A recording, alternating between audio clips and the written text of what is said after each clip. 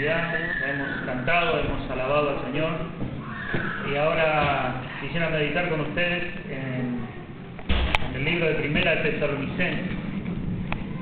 Ustedes recuerdan que el jueves pasado hablamos de que esta iglesia impactó a los misioneros, a los apóstoles, al apóstol Pablo, a Timoteo, a Silvano,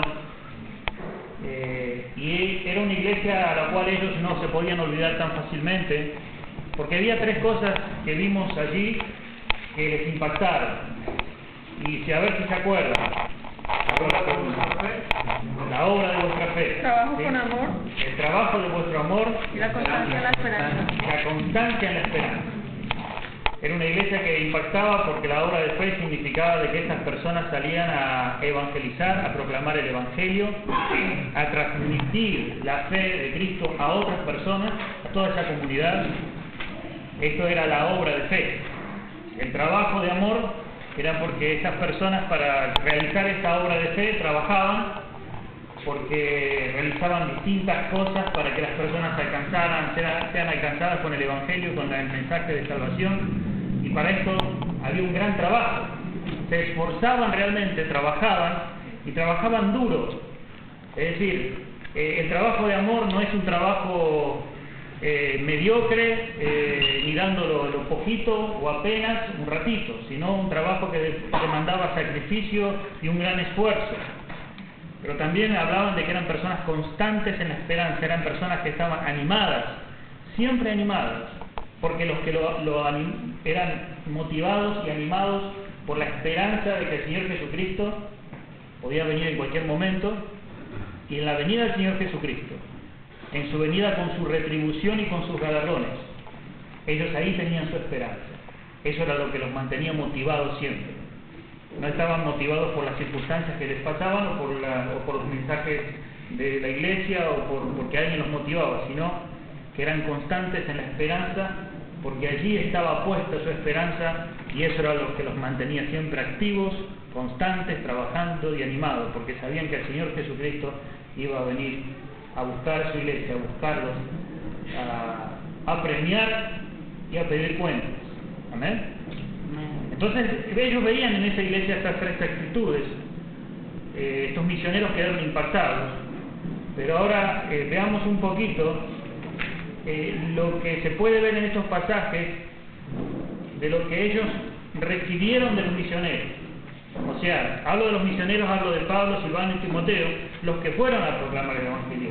¿Qué vieron en estas personas? ¿Qué podemos ver que les impactó a ellos, digamos?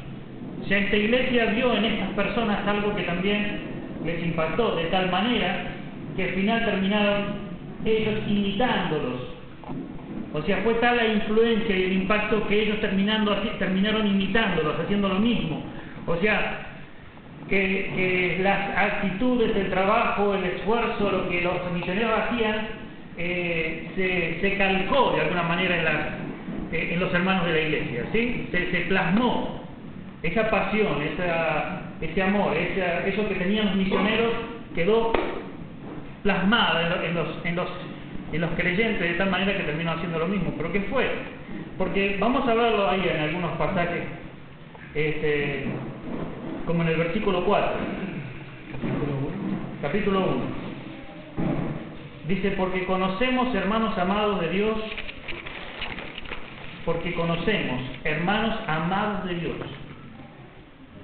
vuestra elección. Y quiero enfatizar en este versículo, quizás no lo leamos gramaticalmente bien.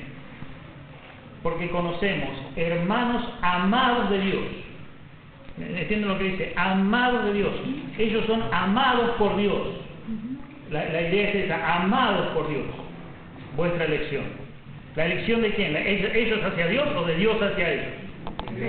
De Dios hacia ellos. Dice, pues nuestro evangelio no llegó a vosotros en palabras solamente, sino también en poder, en el Espíritu Santo, en plena certidumbre. Como bien sabéis cuáles fuimos entre vosotros por amor de vosotros. Y vosotros vinisteis a ser imitadores de nosotros y del Señor, recibiendo la palabra en medio de gran tribulación con gozo del Espíritu Santo.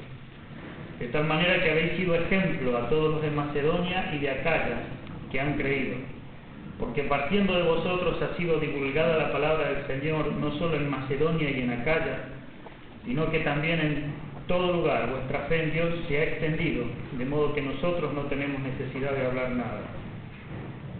Porque ellos, miren, que los apóstoles no tenían necesidad de hablar nada. Esto es tremendo.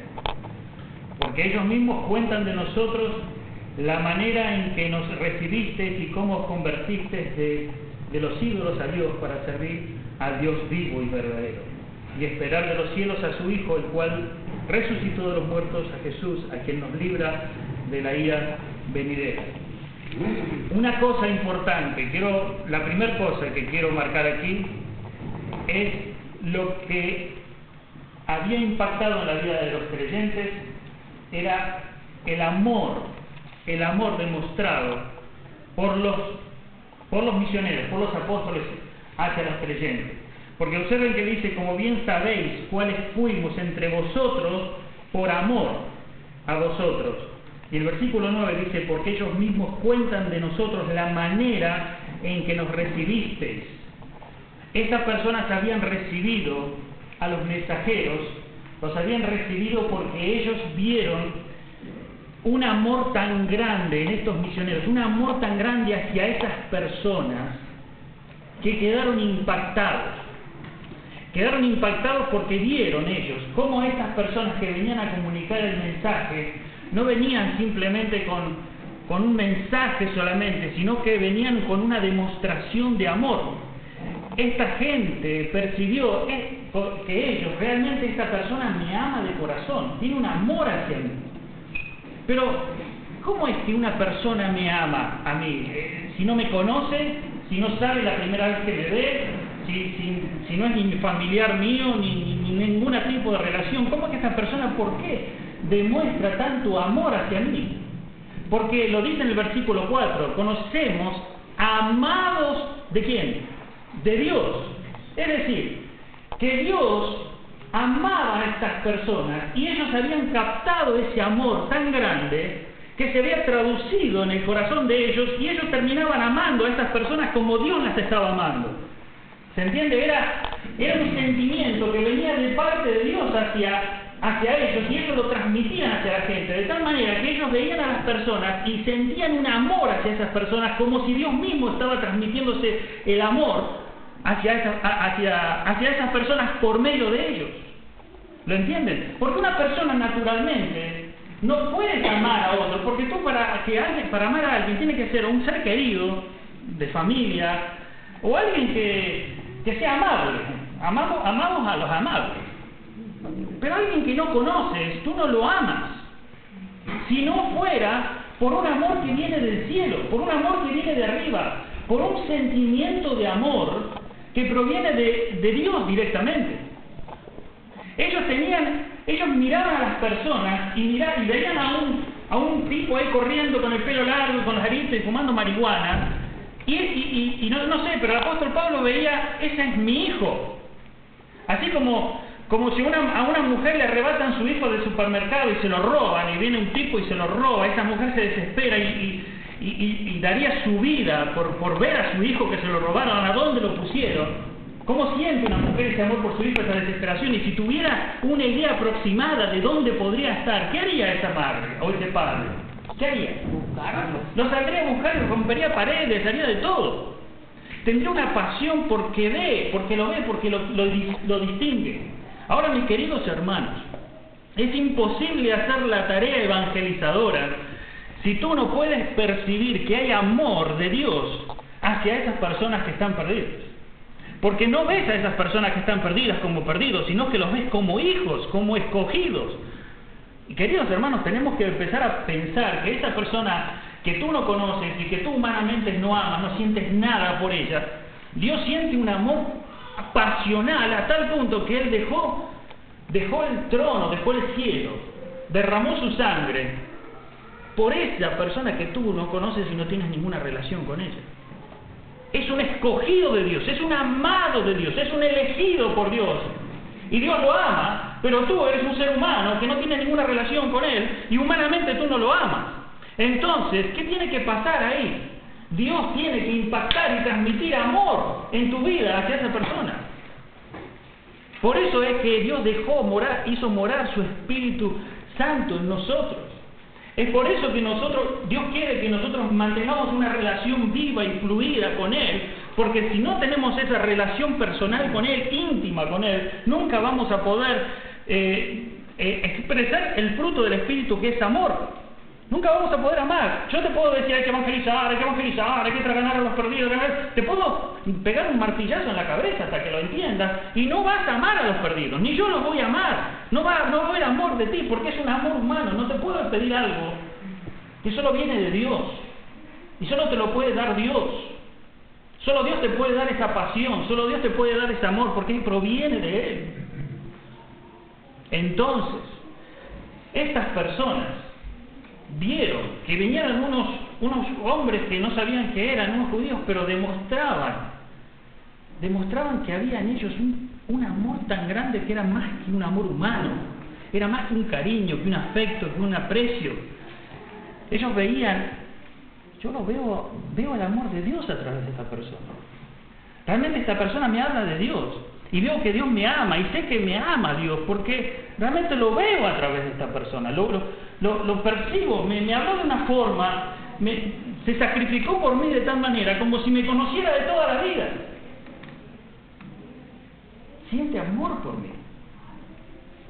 Y mi querido hermano, si nosotros salimos en el poder del Espíritu a evangelizar, y nosotros decimos, Señor, yo quiero llevar un alma para Cristo, ganar personas para Cristo, evangelizar, pero yo no lo puedo hacer si ese amor tuyo no se transforma en una pasión, en un amor que se transmita, que se vea, que lo pueda ver, que lo pueda sentir, que lo pueda palpar, que lo pueda vivir como tú lo ves, que pueda ver a la persona como tú la ves. Porque yo no lo veo así. Y esto es lo que es mi oración, que suceda conmigo y que suceda contigo, y esto tiene que ser tu oración, hermano. Porque si no va a ser simplemente un mandamiento que está ahí dando vuelta en tu cabeza y no va a pasar nada. Ver a esa persona a la cual está sentada al lado tuyo, que quizás sea un amado por Dios, un escogido por Dios, alguien que está perdido y que tú eres el Padre que va a salvarlo, el que lo va a rescatar. Estos tesalonicenses vieron en esas personas esta clase de amor. Por eso los recibieron y les abrieron el corazón y les recibieron como el hijo pródigo se encontró con su padre y se abrazó. Ese tipo de encuentro, eso puede ser transmitido en tu vida, mi hermano, y en mi vida. Pero esto no viene solo porque escuchas de vez en cuando un mensaje o porque te sientas un ratito a orar. Esto viene cuando hay un deseo, una pasión, un corazón. Dices, Dios, yo quiero ver a las personas a través de tus ojos. Hace muchos años hablaba con un muchacho, bueno, él era soltero en esa época, ahora está casado, pero como soltero tenía un compañero de cuarto. Y me decía, no lo aguanto, y todo el día me estaba diciendo, era compañero mío de seminario, no lo soporto, ese petizo, me tiene loco, lo quiero matar. Y ya me tenía podrido a mí con eso de que no lo soporte, ¿no? Ya no lo soportaba yo a él. Pero siempre se quejaba, y un día se me ocurrió decirle, no sé, parece que el Espíritu, le dije, ¿y sabes que Cristo sí lo soporta porque vino a morir por él? Solamente eso le dije. Y me dijo, ¡ay! Y como que le dolió. No lo soportas tú, pero tienes que pensar que Cristo murió por él. Y Cristo vino a salvarlo, como si fuera la única persona del mundo que había que salvar. No merecía la salvación. Ahora, ¿cómo Dios los vio así? Porque es Dios. Y yo soy un simple ser humano que no tengo esa pasión, no la tengo porque estoy vendido al pecado, ya estoy con esa naturaleza carnal. Pero ahora tiene que aflorar en mí ese amor que se vio en estos hombres de Dios. Y fue tan impactante que las personas los recibieron, abrieron sus brazos, les abrieron el corazón y recibieron ese mensaje, recibieron esa palabra. Y vieron el amor que ellos tenían, ese amor de Dios.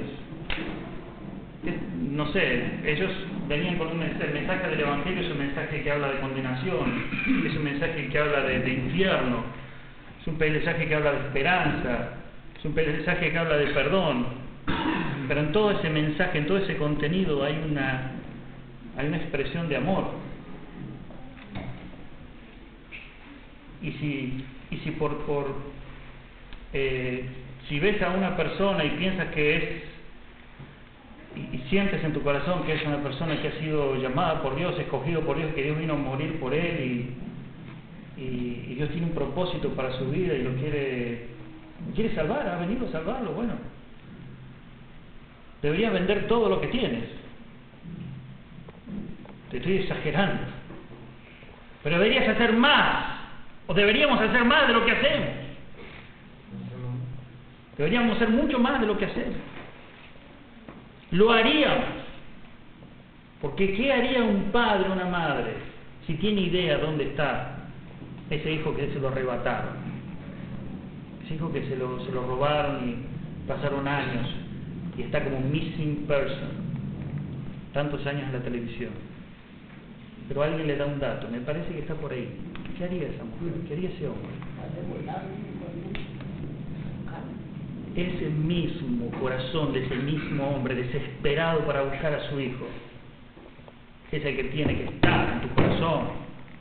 Y golpeo esto porque no está en mí. Quiero que hoy salga diciendo cada día, cada noche: Señor, yo quiero ver a las personas ya como tus hijos, amarlos de tal manera, porque son tus escogidos, porque son amados por ti, y que el ser amados por ti se traduzca en ser amados por mí también.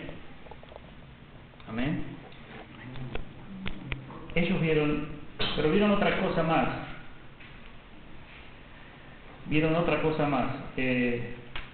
Había otro elemento allí, parte del amor, de la expresión de amor. Dice: vosotros viniste a ser imitadores de nosotros y del Señor, recibiendo la palabra en medio de gran tribulación, con gozo del Espíritu Santo.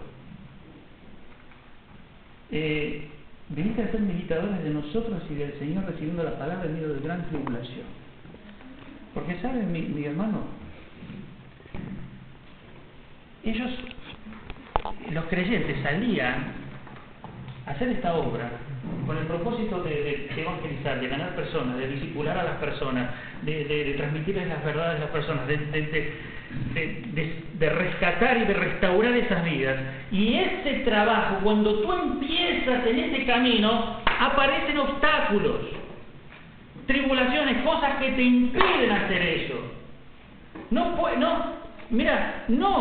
El diablo dice no, el mundo dice no, te frena, no lo hagas más, no sigas en este camino, no lo hagas. Y van a haber obstáculos y tribulaciones, porque hay personas que van a recibir el amor, pero hay personas que van a rechazar ese amor, se oponen a ese amor y te hacen la vida imposible. Y vienen enfermedades, vienen oposiciones del gobierno, te sacan la casa, te sacan el auto, te bloquean la cuenta bancaria, no vas a pedir trabajo y te echan a patadas. Y cuando vas a hablar de Cristo te tratan de terrorista y te meten preso. ¿Te pasa eso a ti y a mí? ¿Nos pasa eso ahora? Que por ser cristiano y por hablar del Evangelio te clausuraron la cuenta bancaria, te deportaron a tu país. ¿Te pasó eso? Dímelo. Por hablar de Cristo a otra persona, corriste el riesgo de que te deportaran. Dime, ¿te pasó? ¿Alguno levante la mano? A nadie le pasó eso. Bueno, en esa época pasaban cosas parecidas. Decir que sos cristiano era decir soy terrorista, soy amigo de Bin Laden, era una cosa así. Era ponerse en contra al gobierno, a la religión, a todo el mundo. Iban a haber gente que si te iban a matar, y te iban a matar, ahí no te iban a llevar a una corte, un tribunal, no, te iban a agarrar a pedradas, los judíos nos pedreaban, te sepultaban a piedras. ¿Qué le pasó a Esteban? Y había oposición, y si el diablo no podía ponerte por ese lado, porque te abrían los caminos, porque Constantino abrió el camino, ahora todos somos evangélicos, y abría el camino, bueno, el que quería predicar el evangelio se enfermaba. Si no te enfermas tú, se enferma tu mamá, o tu abuelo, o tu tío, se te tuerce el pie, se te muere el caballo, se te rompe el auto, te pasan una y otra cosa. Porque hay oposición ante ese mensaje. Tú amas, tú quieres salvar a esa persona, pero te encuentras con paredes y muros. Pero ellos dicen, recibieron la palabra en medio de gran oposición y no había cosa que los detuviera. En cambio, los cristianos nos están deteniendo tantas cosas. Por eso es que la secta que más crece hoy en día, la de los testigos de Jehová y los mormones, es impresionante la cantidad de veces que crece más que la iglesia evangélica. Las sectas crecen en un número que es extraordinariamente superior al número que crecen las iglesias evangélicas, aunque tú me digas, no, pero la iglesia de Adonai, de la iglesia son como 2000, son 2000 que cantan pavada y no saben evangelizar. A la gente le gusta ir a un templo a cantar, pero los que saben evangelizar son los mormones y los testigos de Jehová y un montón de sectas que le van diciendo mentiras a las personas, porque nosotros le hemos dejado abiertas las puertas a esas personas, porque esas personas no encontraron oposición mientras nosotros sí. Porque golpeamos la puerta de una casa y nos cierran la puerta, ¡somos católicos! No vengo más. Decimos. Porque si salimos a evangelizar no podemos salir porque o tengo miedo, o tengo prisa, o estoy trabajando, no tengo plata. Hay oposición y nosotros vemos una oposición y estamos eligiendo a ver qué oposición mejor tener.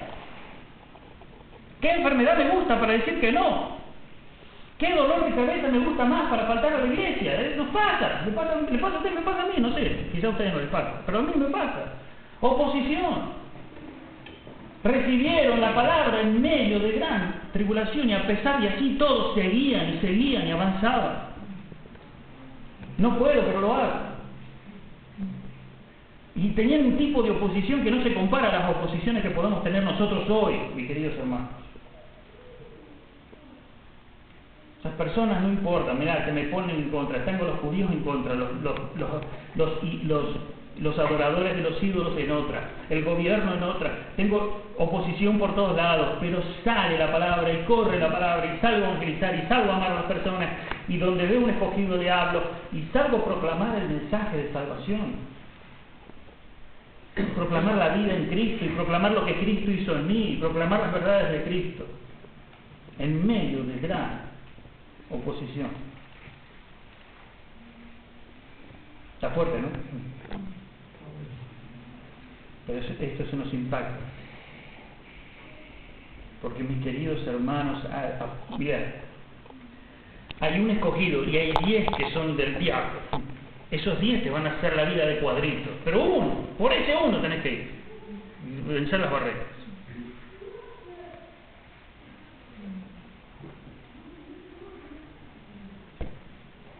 De tal manera que habéis sido ejemplo a todos los que están en Macedonia de Acaya, que han creído. Porque partiendo de vosotros ha sido divulgada la palabra del Señor, no solo en Macedonia de Acaya, sino también en todo lugar. Nuestra fe en Dios se ha extendido, de modo que nosotros no tenemos necesidad de hablar nada. Porque ellos mismos cuentan de nosotros la manera en que nos recibiste y cómo os convertiste de los ídolos a Dios para servir al Dios vivo y verdadero, y esperar de los cielos a su Hijo, el cual resucitó a Jesús, a quien nos libra de la ira venidera. La tercera cosa dice, esperar de los cielos a su Hijo. Las personas tenían la esperanza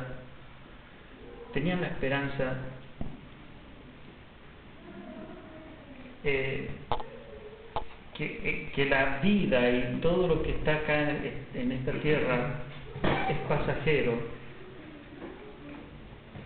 Y tenían la mirada puesta en lo celestial, allí, en lo celestial tenían la mirada puesta, no en la tierra. Los creyentes de esa época era tanto,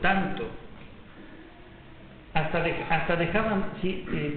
hacían esto, les pasaba esto, era tanto el fervor que si tenían un negocito de venta de papa, lo regalaban, lo vendían todo, y la plata la donaban. Dice, total, el Señor viene. Y con esta plata, ¿cuánta gente podemos salvar? ¿Cuántas personas se pueden convertir? Eso sí. A ese nivel. Tanto que el apóstol después tiene que decir, no, ocúpense de sus negocios. ¿Vieron qué dice? Ocúpense de vuestros negocios. Porque después estaban los ociosos, vendían todo, no tenían nada que hacer y estaban esperando al Señor, andando ahí, metiéndose de casa en casa, chismeando, y se torció. Pero nació de un espíritu de decir, nosotros ahora, la inversión de dinero que tengamos es todo para el Señor. Nuestra esperanza está en el cielo. Allá está la riqueza, no acá. Allá es donde voy a andar en Mercedes-Benz. No sé si habrá un Mercedes-Benz o qué habrá, pero allá es donde voy a disfrutar la vida, no acá. ¿Se entiende? Por eso no tenían puesta la mirada en la esperanza en el Señor Jesucristo, que nos libra de la ira venidera. Porque ellos sabían que si compraban una casa preciosa en Houston, o una casa en preciosa, una mansión, decían, pero esto se va a destruir, se va a quemar. ¿Para qué lo voy a comprar? Así decían, así pensaban. ¿Para qué voy a ganar? ¿Para qué voy a tener un semejante, un porvenir tan fuerte y tan poderoso que voy a gastar tanto tiempo si esto se va a quemar? ¿Por qué? Porque dice la ira venidera. ¿Sabe lo que es la ira venidera? ¿Ustedes supieron del tsunami? Que mató no sé cuánta gente y cada tanto aparece, bueno, en el pueblito no sé qué, quedó sepultado. ¿Pero qué pasa esas cosas? Terremotos. Eso no es la ira venidera. Eso es una muestra pequeñita de lo que va a ser el juicio de Dios, lo que va a ser la ira sobre este mundo. Este mundo va a ser terrible. Todas las catástrofes que vimos no son nada, son un vientito, una brisita comparado con la ira venidera. Entonces ellos sabían que este mundo iba a destruir, que se iba a destruir la casa, el carro, la internet, todo, iba a quedar todo destruido. Acá no hay esperanza, acá no hay futuro, acá no hay gobierno que arregle, acá no está ni Chávez, ni Bush, ni Pipinocchio, ni Florio, nadie arregla este mundo. Yo no tengo esperanza acá en este mundo, mi esperanza está en el cielo. Y si Dios me provee algo, y me provee algo de dinero y algo para trabajar, es para su gloria, para el cielo, para que más personas poblen el cielo. Lo tenían tan claro eso que hasta se les distorsionó. Por eso les vuelvo a repetir, hasta llegaron a dejar de trabajar. ¿Lo entienden? Pero esto no es que Dios le diga, no, ustedes tienen que poner la esperanza en el cielo, porque quizás Dios se aplaque la ira y bueno, va a pasar unos 3.000 años más o menos hasta que venga, así que acá pueden tener varias generaciones, vivir bien y arreglar este mundo. Este mundo no se arregla. Hay personas que tratan de arreglar el mundo, ¿sí? No contaminarlo, que eso está bien, tratar de mejorar la política, que eso está bien. Pero ¿saben para qué lo debemos hacer? Debemos orar por eso. ¿Saben por qué? Porque la palabra tiene que seguir corriendo. Porque la palabra tiene que seguir predicando, porque se tiene que seguir fundando iglesias. No tenemos que orar para que se termine la guerra de Irak, porque se está... tanta gente que está muriendo. Eso no es el principal objetivo. El principal objetivo es que la guerra de Irak se termine para que se comiencen a fundar iglesias. Y no tenemos que orar por el presidente para que la economía mejore, tenemos que orar por el presidente para que haya un clima de paz y de bienestar y de comunidad, para que la palabra se pueda seguir predicando con facilidad. Y no tenemos que orar para tener una mejor vida aquí, tenemos que orar para tener una mejor vida en el cielo. Eso es lo que los creyentes dicen, esperar de los cielos a su Hijo.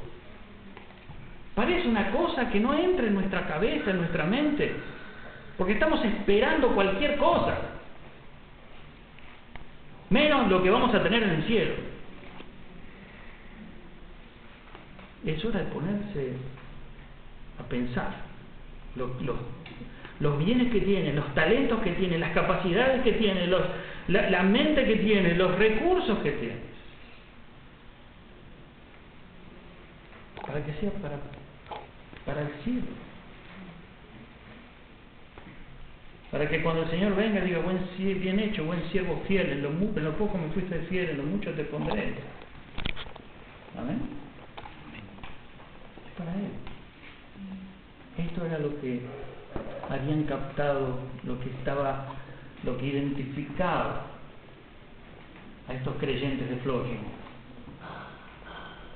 a estos creyentes de Tesalónica, estos cristianos. Y te pregunto, y me pregunto a mí, te pregunto ahora, ¿cómo ves a las personas tú? ¿Los ves realmente como escogidos de Dios, como perdidos, pero al mismo tiempo como escogidos de Dios y amados por Dios? ¿Y eres capaz de sentir y experimentar ese amor de Dios a ellos? ¿Estás tomando las tribulaciones y los obstáculos como realmente impedimentos que te impiden y te impiden y te impiden y te dejan estancado? O pueden haber impedimentos, pero tú sigues. Y seguís. ¿Y dónde está puesta tu esperanza? ¿En qué estás pensando continuamente? Cuando tengas 60 años, cuando te retires, la casa, la herencia, lo que te van a dejar, lo que vas a ahorrar, la facultad, todo. ¿Qué estás? Estás mirando demasiado esta tierra. Esta tierra se va y tu vida está allí. Te va a librar de la ira de vida. Una ira que caerá sobre este mundo y caerá sobre todo lo que amamos de este mundo. No va a quedar nada, pero va a quedar del otro lado. Hace poco hablaba con un misionero en Venezuela, me contaba de una misionera que se llamaba Sofía Müller. Dedicó toda su vida a evangelizar a los indígenas. Lo único que tenía era una Biblia y una cama portátil. Era todo su capital.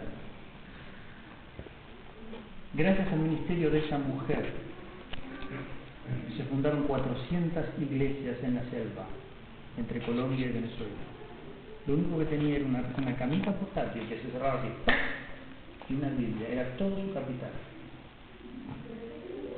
Cantidades, miles de indígenas conocieron el Evangelio.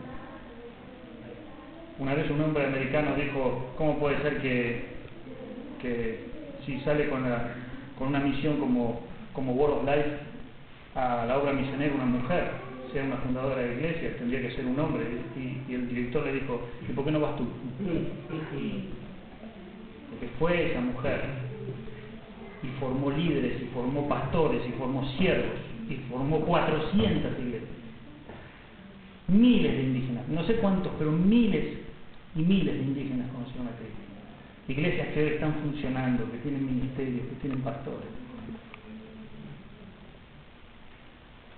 Esa mujer llegó a la vejez, vino a Estados Unidos y murió. Le hicieron un funeral. ¿Cuántas personas fueron a su funeral? ¿Saben cuántas fueron? 7. Solo 7 personas fueron a su funeral. ¿Cuánta gente hay del otro lado? ¿Cuánta gente hay del otro lado? La pregunta que yo te hago, ¿cuánta gente habrá del otro lado para ti? Quizás de este lado tengas muchas cosas, pero yo quisiera tener mucha gente de trabajar, y si no puedo y no voy a tener absolutamente nada, pero quiero tener mucha gente de otro lado. Que ese sea tu pensamiento. Porque esa es la vida. Ahí está el gozo. Ahí está la satisfacción. Ahí está la plenitud de Dios. ¿Vamos a orar? Padre Celestial, te alabamos, te damos gracias, te bendecimos, oh Padre. Porque es tan grande tu amor que ha llegado a nuestras vidas, porque cada vez que contemplamos en tu palabra cuánto tú nos has amado, cuán grande es tu amor. Padre, pero queremos, Señor, que esas personas que, así como nosotros hemos conocido de tu amor, hemos conocido de tu gracia, Señor, queremos nosotros ser portadores de ese amor, transmisores de ese amor, teniendo la constancia en la esperanza, venciendo cualquier obstáculo, porque tú, Señor, tienes mucho pueblo todavía. Hay muchas familias, hay muchas vidas, así como estamos nosotros, sin Cristo, sin esperanza, sin amor, sin el verdadero amor. Que tú formes aquí en esta iglesia, entre nosotros, los que estamos aquí, personas que amen con el amor de Dios y que veamos como tú ves la obra en este mundo y la obra en esta iglesia. En el nombre de Cristo Jesús. Amén. Muy bien, amén.